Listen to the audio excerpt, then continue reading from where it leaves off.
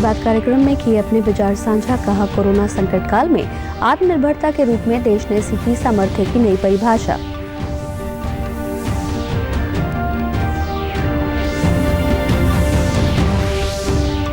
गुरुग्राम के प्रदीप सांगवान के प्रेरणादायक अभियान हीलिंग हिमालयाज की प्रधानमंत्री ने की सराहना। कहा, प्रदीप हिमालय के कई पर्यटक स्थलों से टनों प्लास्टिक साफ कर चुके हैं।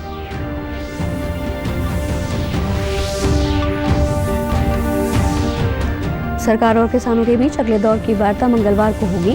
किसानों के मुद्दों का समाधान निकालने के लिए सरकार ने दोहराई थी अपनी प्रतिबद्धता।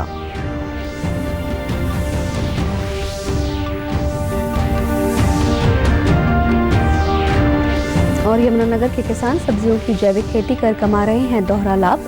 फसल विविधीकरण को बढ़ावा देने के लिए सरकार प्रयासरत। नमस्कार, मैं पल्लवी और अब समाचार विस्तार से। साल 2020 के अपने आखिरी मन की बात कार्यक्रम में प्रधानमंत्री नरेंद्र मोदी ने इस वर्ष में सामान्य मानवीय के जीवन में आई चुनौतियों और बाधाओं का जिक्र करते हुए नए साल 2021 में उन बाधाओं पर संकल्प की जीत का रोड मैप खींचा। प्रधानमंत्री ने साल 2020 में व्याप्त कोरोना संकट का जिक्र किया और उस पर आत्मनिर्भरता के मंत्र से विजय पाने के प्रसंगों का उल्लेख करते हुए नए साल के संकल्प के रूप में लोकल के लिए वोकल की अपील की। चुनौतियां खूब आई, संकट भी अनेक आए। कोरोना के कारण दुनिया में सप्लाई चेन को लेकर अनेक बाधाएं भी आई, लेकिन हमने हर संकट से नए सबक लिए। देश का नया सामर्थ्य भी पैदा हुआ। अगर शब्दों में कहना है तो इस सामर्थ्य का नाम है आत्मनिर्भरता। प्रधानमंत्री ने देश में उपजे इसी सामर्थ्य को दिल्ली निवासी अभिनव बैनर्जी के झंडेवालान स्थित खिलौनों की दुकानों में आए परिवर्तन से जुड़े अनुभव के जरिए साझा किया। प्रधानमंत्री ने अभिनव के अनुभव के जरिए बताया कि देश की सोच में एक साल के भीतर आए इस परिवर्तन को आंकना आसान नहीं है। अभिनव जी ने चिट्ठी में लिखा है कि अब वहां के कई दुकानदार कस्टमर्स को ये बोल बोलकर टॉयज बेच रहे हैं कि अच्छे वाला टॉय है क्योंकि ये भारत में बना है, मेड इन इंडिया है। कस्टमर्स भी इंडिया मेड टॉयज की ही मांग कर रहे हैं। यही तो है ये सोच में कितना बड़ा परिवर्तन। यह तो जीता जागता सबूत है देशवासियों की सोच में कितना बड़ा परिवर्तन आ रहा है, और वो भी एक साल के भीतर भीतर। इस परिवर्तन को आंकना आसान नहीं है। अर्थशास्त्री भी इसे अपने पैमानों पर तोल नहीं सकते। प्रधानमंत्री ने मन की बात कार्यक्रम में सिर्फ एक नए साल के संकल्प की ही चर्चा नहीं की, बल्कि आम जीवन में ऐसे संकल्पों को सिद्ध करने वाली प्रेरणाओं का भी जिक्र किया। प्रधानमंत्री ने गुरुग्राम के प्रदीप सांगवान के हीलिंग हिमालयाज के उस प्रेरणादायी अभियान का भी जिक्र किया, जिसके जरिए प्रदीप हिमालय के अलग अलग इलाकों में जाकर अपने उत्साही साथियों के साथ पर्यटकों द्वारा फैलाए गए प्लास्टिक कचरे का निपटारा करते हैं। के लिए कुछ करते हैं तो बहुत कुछ करने की ऊर्जा समाज हमें खुद ही देता है। सामान्य सी लगने वाली प्रेरणाओं से बहुत बड़े काम भी हो जाते हैं। ऐसे ही एक युवा है श्रीमान प्रदीप सांगवान। गुरुग्राम के प्रदीप सांगवान 2016 से हीलिंग हिमालय नाम से अभियान चला रहे हैं। वो अपनी टीम और वॉलंटियर्स के साथ हिमालय के अलग अलग इलाकों में जाते हैं और जो प्लास्टिक कचरा टूरिस्ट वहां छोड़कर आते हैं वो साफ करते हैं। प्रदीप जी अब तक हिमालय की अलग अलग टूरिस्ट लोकेशन से टनों प्लास्टिक साफ कर चुके हैं। किसान संघ 29 दिसंबर मंगलवार को सवेरे 11 बजे सरकार के साथ अगले दौर की बातचीत के लिए राजी हो गए हैं। स्वराज इंडिया के अध्यक्ष योगेंद्र यादव ने कल बताया कि कृषि कानूनों के विरोध में आंदोलन कर रहे सभी किसान संगठनों के प्रतिनिधियों ने सरकार के साथ एक और दौर की बातचीत करने का निर्णय लिया है। केंद्र सरकार ने आंदोलनकारी किसान संगठनों को पत्र लिखकर उन्हें फिर से बातचीत के लिए आमंत्रित किया था। कृषि मंत्रालय में संयुक्त सचिव विवेक अग्रवाल ने किसानों के सभी मुद्दों पर बातचीत करने और उनका समाधान निकालने के लिए सरकार की प्रतिबद्धता दोहराई थी। मुख्यमंत्री मनोहर लाल ने कल चंडीगढ़ में वीडियो कॉन्फ्रेंस के माध्यम से चौधरी बंसीलाल विश्वविद्यालय भिवानी में नवनिर्मित शैक्षणिक ब्लॉक का उद्घाटन किया। उन्होंने कहा कि राज्य सरकार ने अन्य क्षेत्रों के साथ साथ प्रदेश में शिक्षा, खासकर बेटियों की शिक्षा के लिए काफी काम किया है। पहले लड़कियों के लिए 20 किलोमीटर के दायरे में एक कॉलेज बनाने की योजना बनाई थी, जिसे अब 15 किलोमीटर कर दिया गया है। शिक्षा के बजट में भी 15% की उल्लेखनीय बढ़ोतरी की गई है। मुख्यमंत्री ने कहा कि भारत के सुप्रसिद्ध गणितज्ञ श्रीनिवास रामानुजन के नाम पर बने इस ब्लॉक के शुरू होने से विश्वविद्यालय की शैक्षणिक गतिविधियों में तेजी आएगी। परिवहन मंत्री मूलचंद शर्मा ने आज फरीदाबाद में कश्मीरी सेवक समाज द्वारा आयोजित कार्यक्रम में बतौर मुख्य अतिथि शिरकत की। इस अवसर पर उन्होंने उक्त समाज के 8 लोगों को उनकी विभिन्न सेवाओं के लिए मां सारिका अवार्ड देकर सम्मानित किया। इस अवसर पर परिवहन मंत्री ने कहा कि इन्होंने कश्मीर से यहां आने के बाद बहुत ही मेहनत से अपने जीवन स्तर को संवारा है। विभिन्न क्षेत्रों में आज दी जा रही उनकी सेवाओं को किसी भी सूरत में नकारा नहीं जा सकता। पारंपरिक खेती में मुनाफा कम होने से किसान अब सब्जी और बागवानी की जैविक खेती का दोहरा लाभ कमा रहे हैं।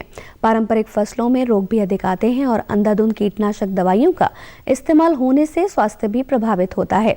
जैविक खेती में फसलों में रोग भी कम लगते हैं और किसानों को अच्छे भाव भी मिल जाते हैं।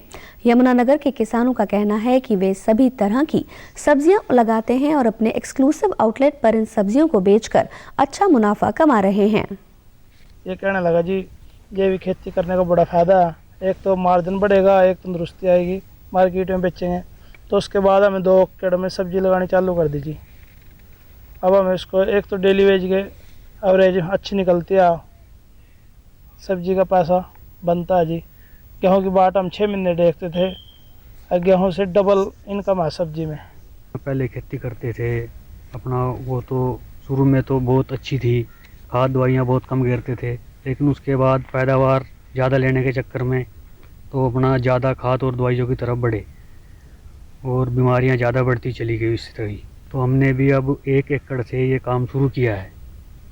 कम से कम ज़्यादा भी नहीं, अपने घर के लिए शुरू करें, फिर आगे और बढ़ाएंगे। कि भाई अपना ये किसान ऐसा है कि ये अपने बच्चों को भी वही ज़हर खिलाता है और आगे मार्केट में भी वही देता है। ये अपने लिए कोई ये नहीं करता कि भी अलग से ही वो कर ले। इसलिए भाई हम तो यही कहेंगे सबको, कम से कम इसकी तरफ थोड़ा थोड़ा बढ़ना शुरू करें। हमने ग्रीन मैन्योरिंग करी, ढांचा लगाया, ग्रीन मैन्योरिंग करके खेत को बहा दिया, उसकी ताकत बढ़ाते रहे धीरे धीरे। ये इधर ये सारा गोबर का खाद पड़ा है, जो हम पूरी डेयरियों से इकट्ठा करके उसको 6 महीने पकाते हैं, घन जीवामृत बनाते हैं, जीवामृत बनाते हैं। उसके अंदर बेसन गुड़ से बैक्टीरिया तैयार करते हैं, वो बैक्टीरिया खेत में जाके मल्टीप्लाई होता है और फिर वो खेत की ताकत बढ़ाता है। तो ये पूरा एक ऑर्गेनिक प्रोसेस है, तो जिसके ऊपर हम गए और अब हम 14 एकड़ में ऑर्गेनिक खेती कर रहे हैं। हमारा 14 एकड़ का फार्म है, इस सारे को हमने ऑर्गेनिक पे कन्वर्ट कर दिया। बागवानी अधिकारी डॉक्टर रमेश सैनी ने बताया कि फसलों के विविधीकरण को बढ़ावा देने के लिए सरकार द्वारा शिविर और वेबिनार के माध्यम से किसानों को जागरूक किया जा रहा है। किसान गेहूं, धान और गन्ने की बजाय सब्जी और बागवानी की खेती कर आमदनी दुगना कर सकते हैं। मैसेज दे रहे हैं कि आप गेहूं, जीरी, गन्ने की खेती को बदल के विविधीकरण अपनाएं। विविधीकरण में आप जो है वेजिटेबल की तरफ जाएं, बागवानी की तरफ जाएं, बाग लगाएं, सब्जी की खेती करें। उससे निश्चित तौर पे जो है आपकी आमदन जो है डबल हो जाएगी। प्रदेश से जुड़ी खबरों को विस्तार से जानने के लिए आप हमारे साथ फेसबुक, ट्विटर और यूट्यूब के माध्यम से भी जुड़ सकते हैं। हमसे जुड़ने के लिए आप हमारे सोशल मीडिया हैंडल को फॉलो कर सकते हैं। प्रधानमंत्री स्वनिधि योजना रेहड़ी, ठेले और सड़क किनारे सामान बेचने वालों के लिए मददगार साबित हो रही है। नारनौल क्षेत्र में रेहड़ी लगाने वाले और छोटा मोटा काम करने वाले लोग इस योजना का लाभ उठा रहे हैं। लाभार्थियों का कहना है कि इस योजना के तहत लोन मिलने से वे अपना काम बखूबी कर रहे हैं। लोन लिया था, उससे मैंने अपने सब्जी का कारोबार किया। मेरा कारोबार बहुत बढ़िया चल रहा है, उससे अच्छी इनकम हो रही है और मैं चाहता हूं कि और भी किसी भाइयों को सब्जी के लिए लोन मिले और उनका कारोबार भी बढ़िया चले। मेरा नाम आशीष है, मेरे मोबाइल नंबर कोजिंदा का रहने वाला, मोबाइल नंबर 8295720952 है और ये योजना चलाई थी प्रधानमंत्री योजना। ये मुझे 10,000 रुपये मिले हैं, तो इससे मेरा बढ़िया काम चल रहा है, बढ़िया लाभ मिला है। मेरी सब्जी बढ़िया बिक रही है 10,000 रुपये के लाभ से, तो बढ़िया काम धंधा चल रहा है मेरा। मेरे को 10,000 का लोन मिला है और मेरे को सब्जी की रेडी लगाई है, काम बढ़िया चल रहा है अब तक। हाँ जी, 10,000 रुपये का मुझे सरकार की तरफ से आर्थिक सहायता मिली। मैं चाहता हूं कि ये आर्थिक सहायता सभी बेरोजगार भाइयों को लोन के रूप में आर्थिक सहायता सरकार द्वारा सभी को भाइयों को मिलनी चाहिए, ताकि सभी भाई 2 पैसे कमाएं अपने समय अनुसार। ये अच्छी योजना है, हर छोटे मध्यम वर्ग के लिए तो बहुत ही गुणकारी और लाभकारी है। नारनौल नगर परिषद की चेयरमैन भारती सैनी ने बताया कि जिले में अब तक 685 लोगों के सर्टिफिकेट बनाए गए हैं जो रेहड़ी लगाकर अपना रोजगार चलाते हैं। 49 लोगों को बैंकों के माध्यम से 10-10 हजार का लोन भी दिया जा चुका है। उन्होंने कहा कि प्रधानमंत्री की ये योजना गरीब लोगों के लिए काफी लाभकारी सिद्ध हुई है। स्ट्रीट वेंडर पॉलिसी, इस पॉलिसी के तहत वो लोग इस पॉलिसी में अप्लाई करते हैं जिन्हें जो पथ विक्रेता हैं, जो रेहड़ी लगाते हैं, उन रेहड़ी संचालकों का नगर परिषद की तरफ से 685 लोगों का रजिस्ट्रेशन हुआ है और उस 685 लोगों को नगर परिषद की तरफ से सर्टिफिकेट भी दिए गए हैं और एक उन्हें कार्ड भी दिया गया है, जिससे उन्हें ये रहेगा कि ये यहाँ के परमानेंट रेहड़ी लगा सकते हैं। दूसरा, इन 685 में से 49 ऐसे लोग हैं जिन्हें लोन भी दिया गया है और बैंकों से वो लोन पास भी हो चुका है। कोविड-19 महामारी के खिलाफ देश एकजुट होकर लड़ रहा है। आप भी हमारे साथ सुरक्षा और बचाव के 3 आसान एहतियाती उपायों का संकल्प लें।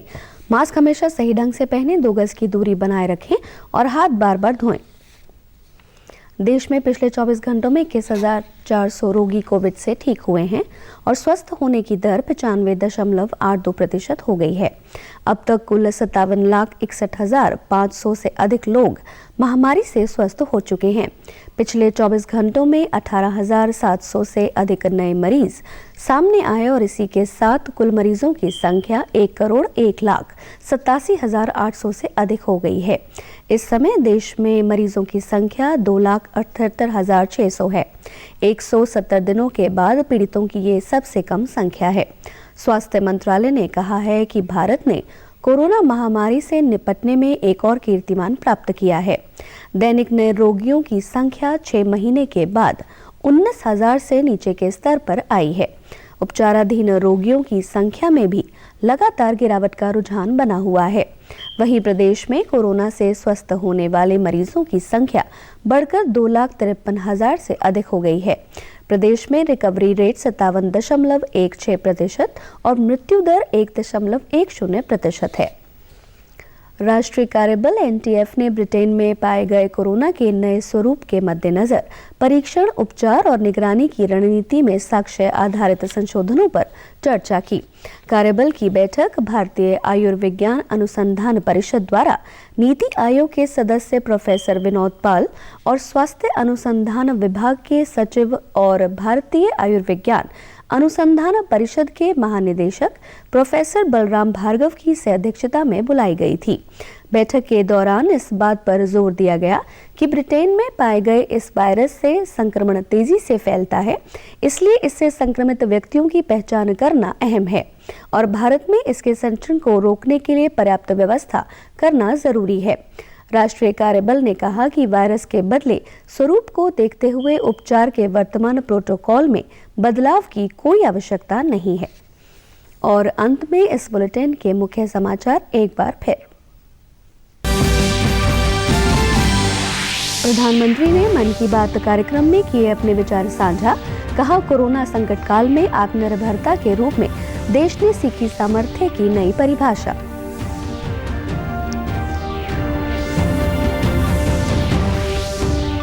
गुरुग्राम के प्रदीप सांगवान के प्रेरणादायक अभियान हीलिंग हिमालयाज की प्रधानमंत्री ने की सराहना। कहा, प्रदीप हिमालय के कई पर्यटक स्थलों से टनों प्लास्टिक साफ कर चुके हैं।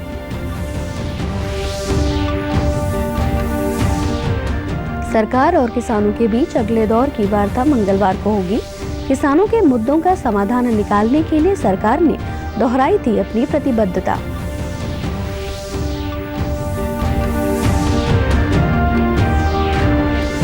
और यमुनानगर के किसान सब्जियों की जैविक खेती कर कमा रहे हैं दोहरा लाभ। फसल विविधीकरण को बढ़ावा देने के लिए सरकार प्रयासरत। समाचारों में आज बस इतना ही। नमस्कार।